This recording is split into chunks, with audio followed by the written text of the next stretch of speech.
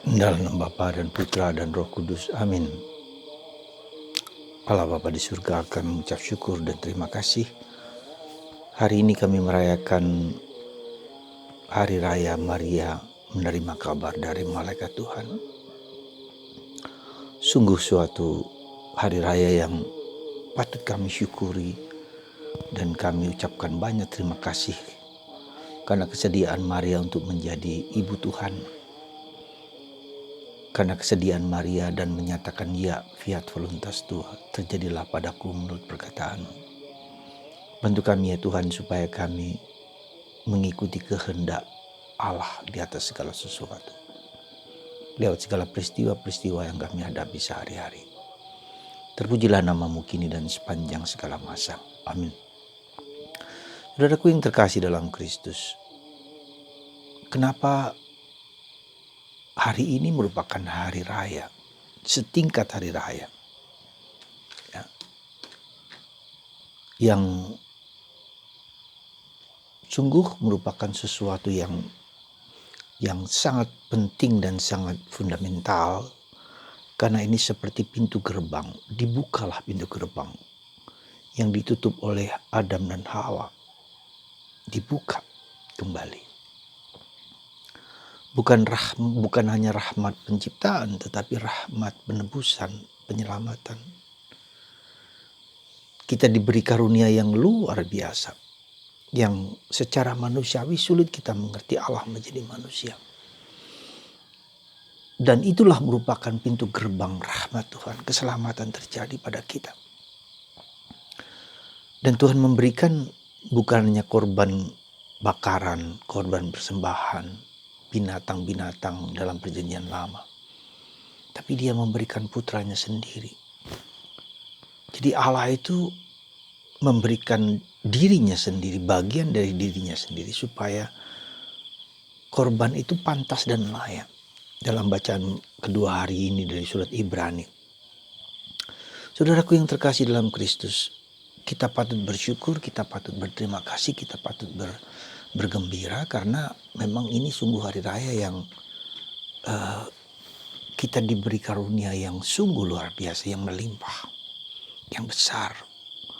Dan ini mau menunjukkan beberapa aspek penting di dalam sejarah keselamatan manusia, bukan hanya orang Katolik, bukan hanya orang Kristen, tapi seluruh umat manusia. Karya keselamatan itu untuk seluruh umat manusia, karena berasal dari Allah, diberikan kepada manusia. Keselamatan manusia, universalitas keselamatan.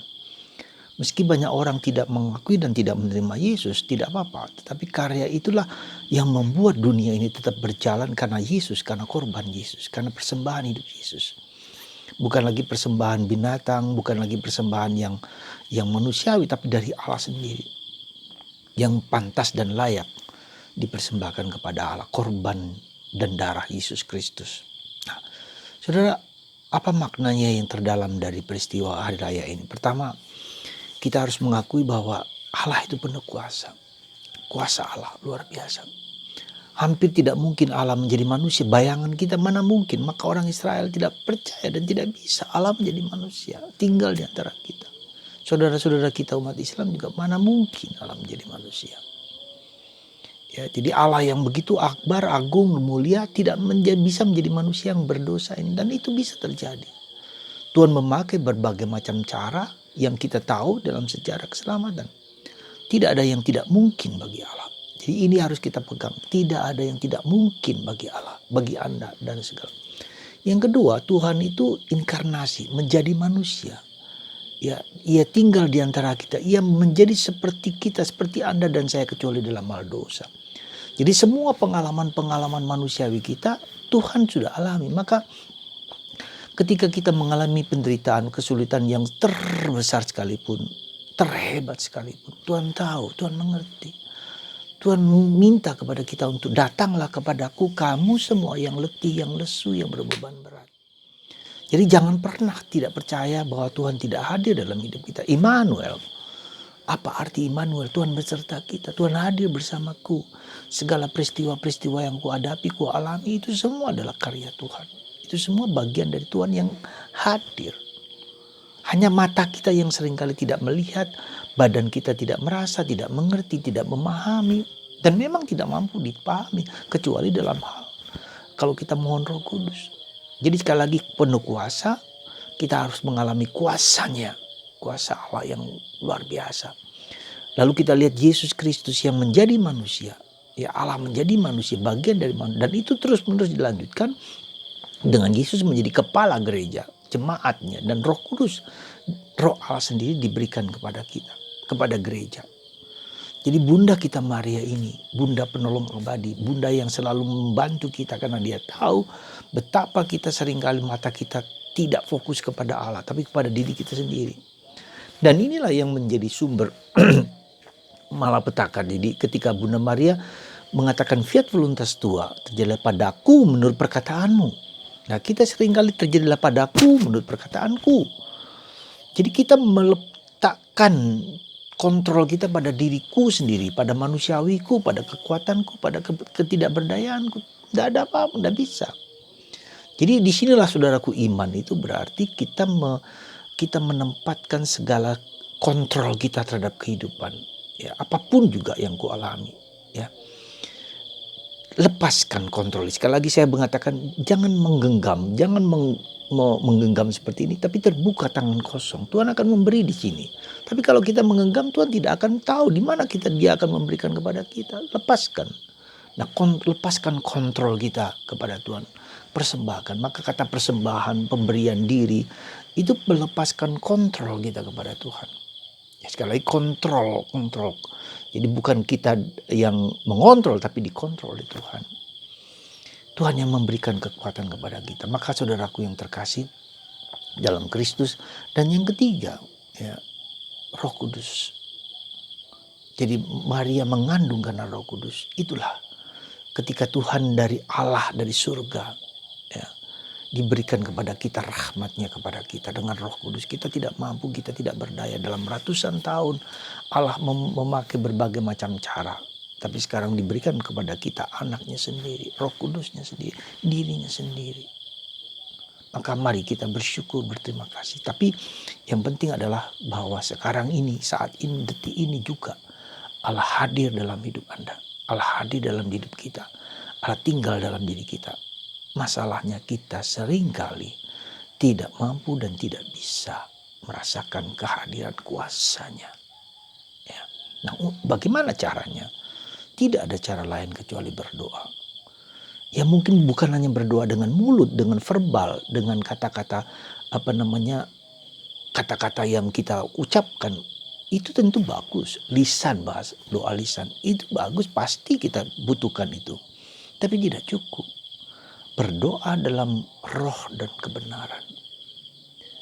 Berdoa tidak hanya dengan mulut, tapi juga dengan pikiran, dengan perasaan, dengan emosi, tingkat yang lebih dalam roh dan kebenaran. Ya. Dalam Roh Kudus dan kebenaran, bukan hanya dalam roh bukan dalam sekedar lisan, tidak cukup, Saudara. Ya.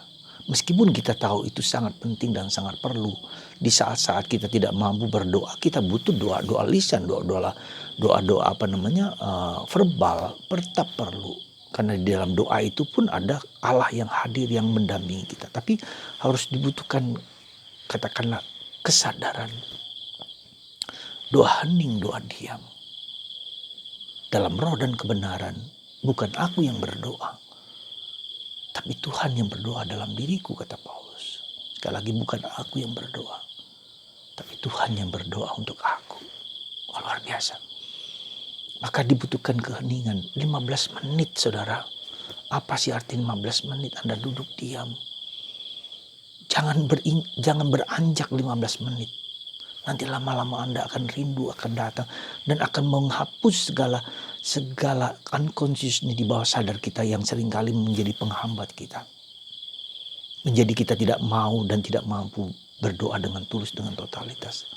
Menghapus bawah sadar kita. Mengajak kita untuk menyerahkan diri total kepada Tuhan. Kenapa seringkali kita tidak mampu menyerahkan, mempersembahkan? Karena ada banyak luka-luka dalam diri kita, ada banyak kekecewaan, ada banyak dendam, ada banyak kemarahan, ada banyak kekecewaan di masa lalu di bawah sadar kita. Dan Tuhan ingin menyembuhkan kita, membebaskan. Jadi doa itu juga harus membebaskan kita dari ketakutan, kecemasan, kontrol-kontrol diri kita itu. Ya. Jadi sekali lagi, Maria mendapat kabar dari malaikat Tuhan. Karena dia sendirian berada, saya kira ada di kamar. Jadi ada aspek personal yang harus kita tumbuhkan di masa-masa yang sekarang ini.